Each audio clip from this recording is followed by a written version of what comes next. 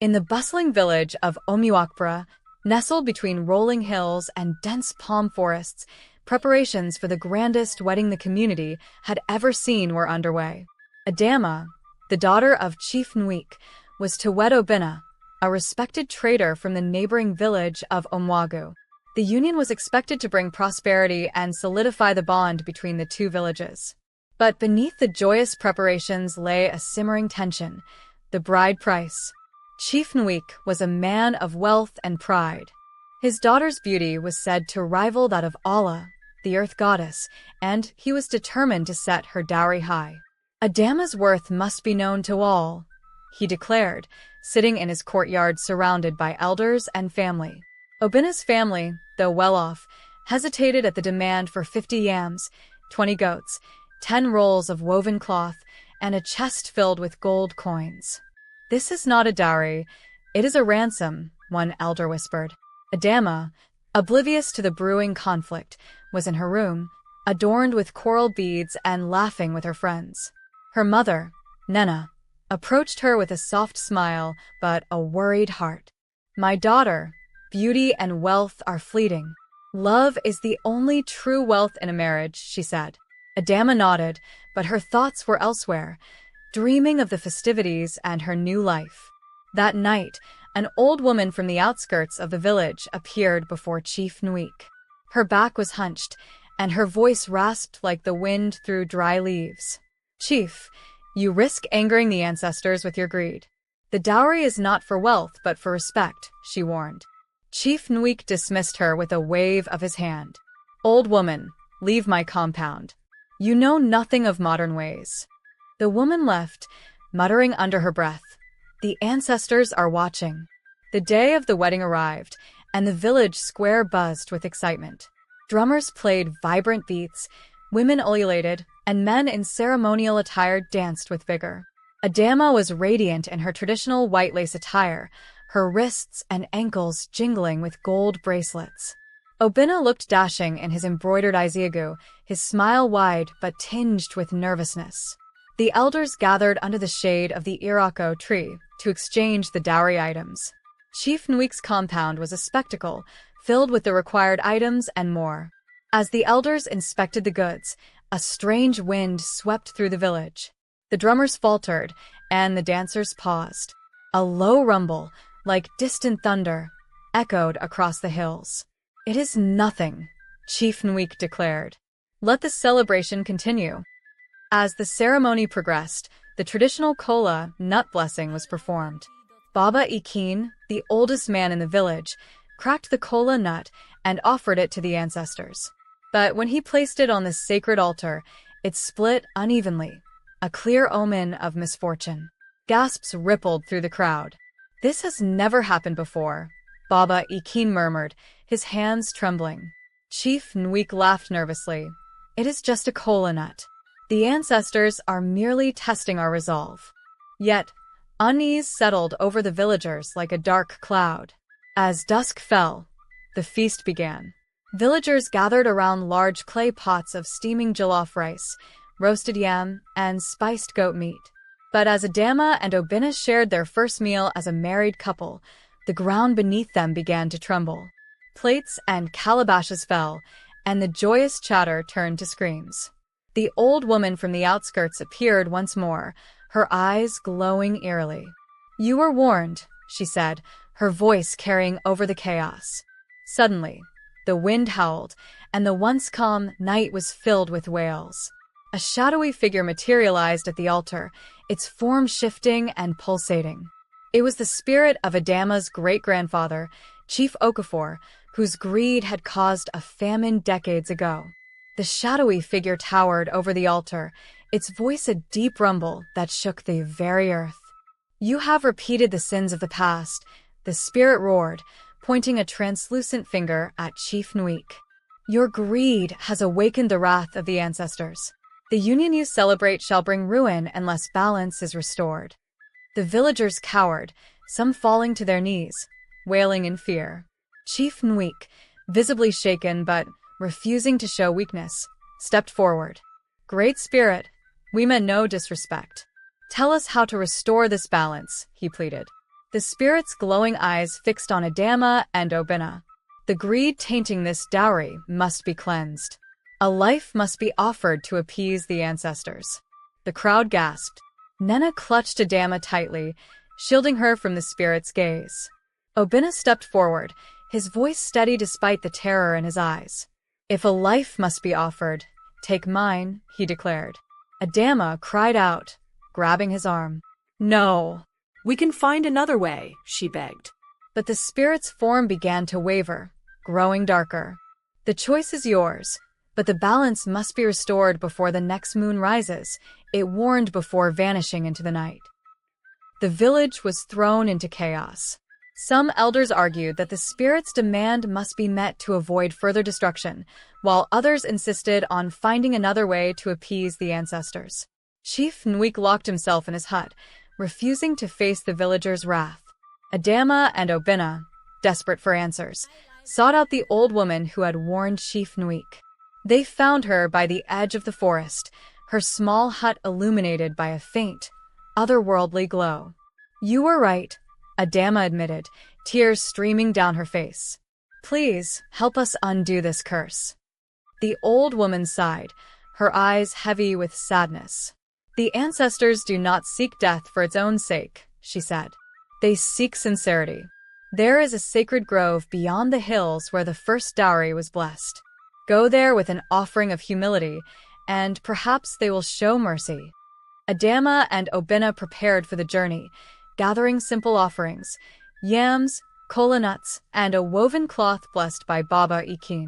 Nena, despite her fear, insisted on joining them. "This is my family's burden too," she said firmly. The journey to the sacred grove was perilous. The path wound through dense forests and rocky terrain, with the distant howls of wild animals keeping them on edge.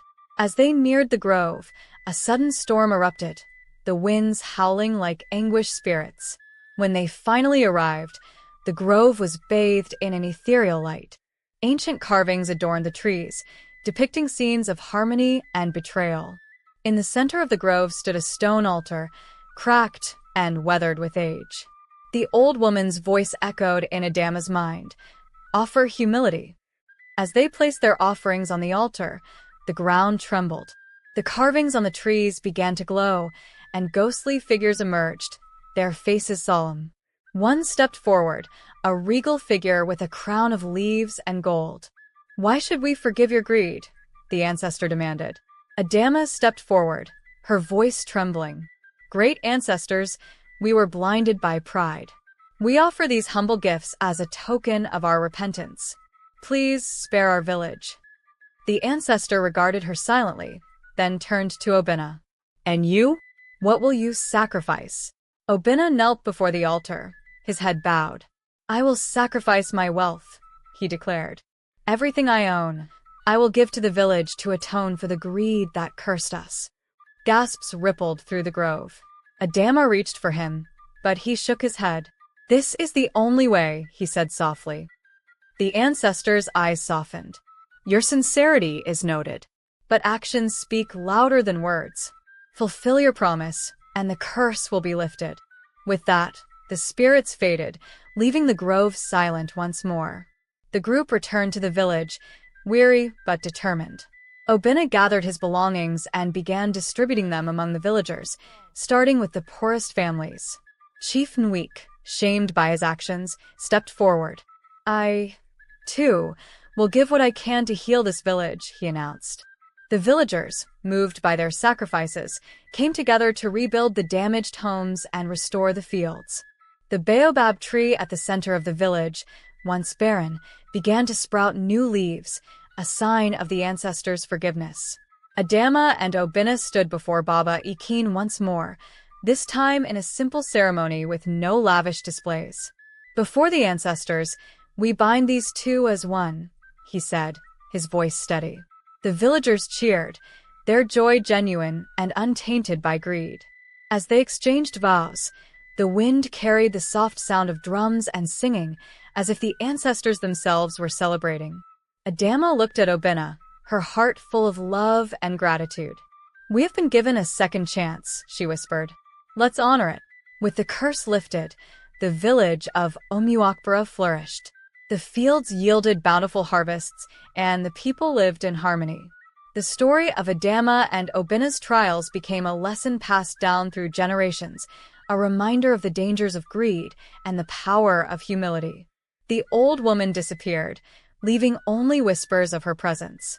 But the villagers believed she was a messenger of the ancestors, sent to guide them back to the path of righteousness.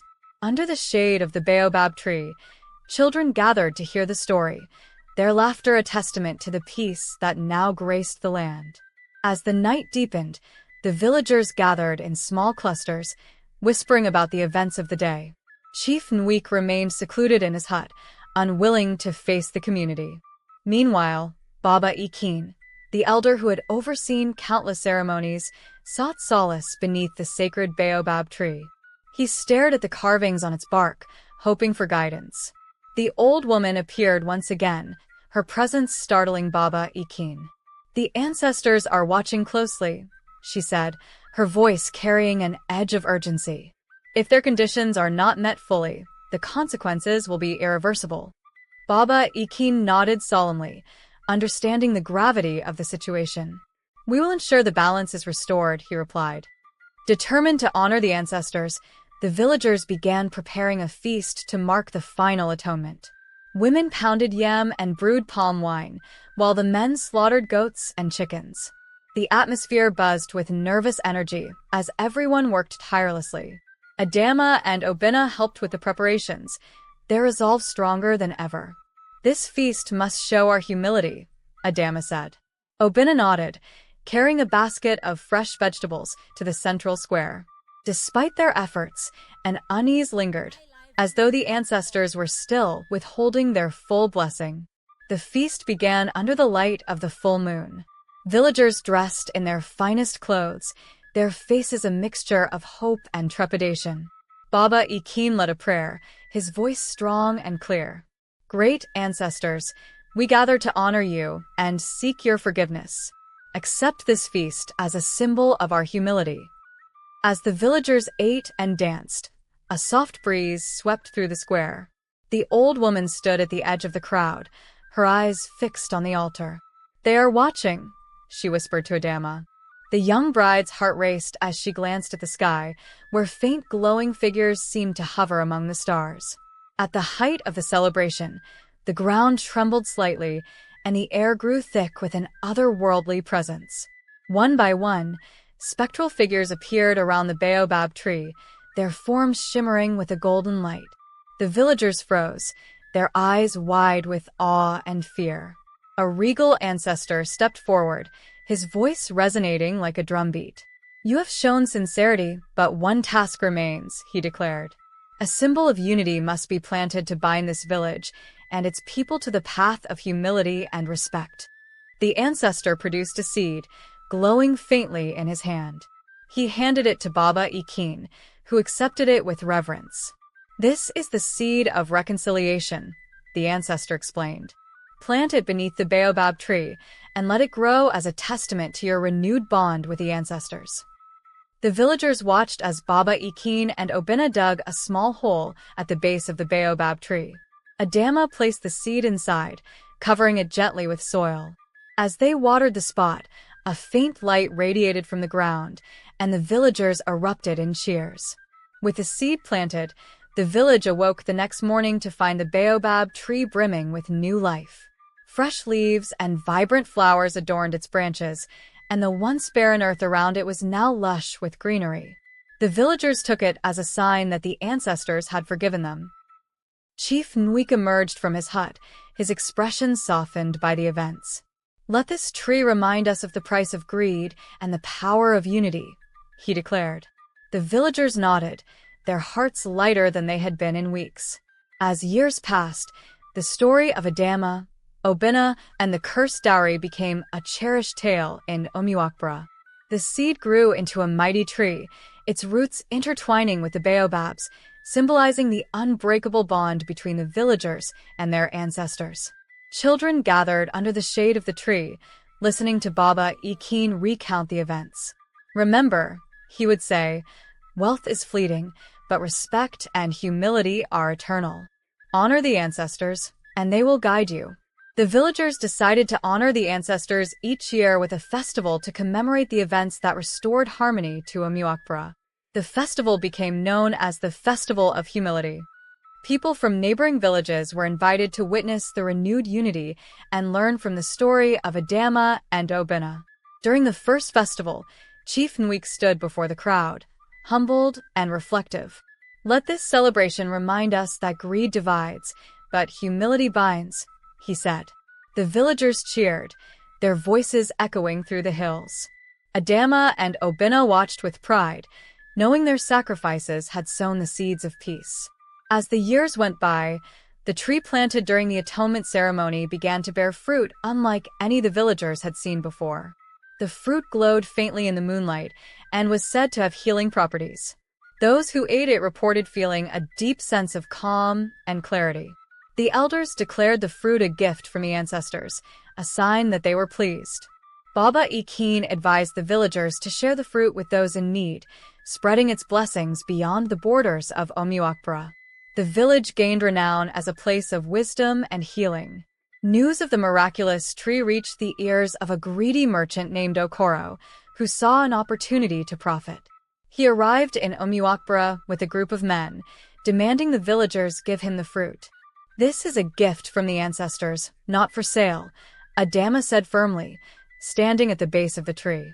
Okoro sneered, "The ancestors' blessings mean nothing if they cannot fill my coffers." He ordered his men to cut down the tree, but as their axes touched the bark, a powerful wind swept through the village, knocking them off their feet. The sky darkened and a voice boomed, "Greed has no place here." Okoro and his men were frozen in place, their faces pale with fear as spectral figures surrounded them. The ancestors' voices echoed in unison. "Those who seek to exploit the sacred will find only ruin." The men's weapons disintegrated in their hands, and they fled, leaving Okoro behind. Kneeling before the tree, Okoro begged for forgiveness. "I see now the error of my ways," he said. Baba Ikin, moved by his sincerity, placed a hand on his shoulder. "The ancestors demand action, not words. Use your wealth to help others, and perhaps you will find redemption."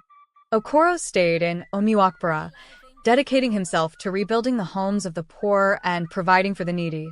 His transformation inspired others to visit the village, not just for the fruit, but to learn from its story of redemption and unity.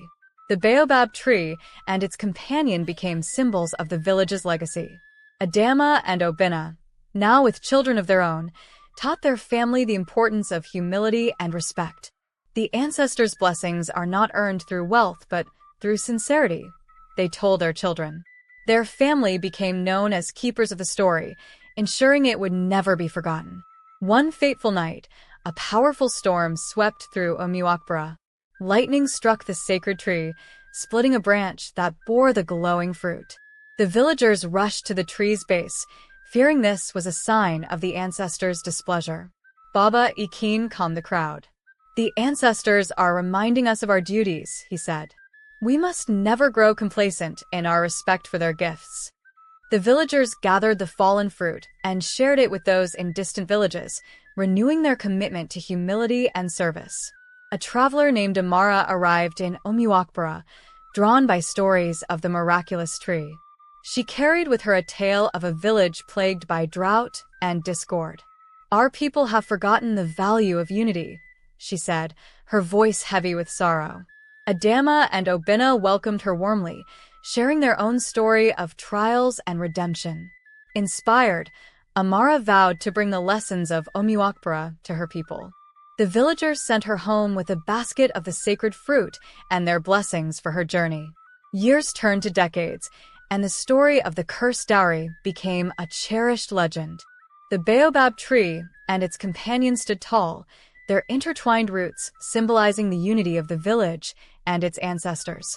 The fruits continued to heal and inspire, spreading the message of humility far and wide.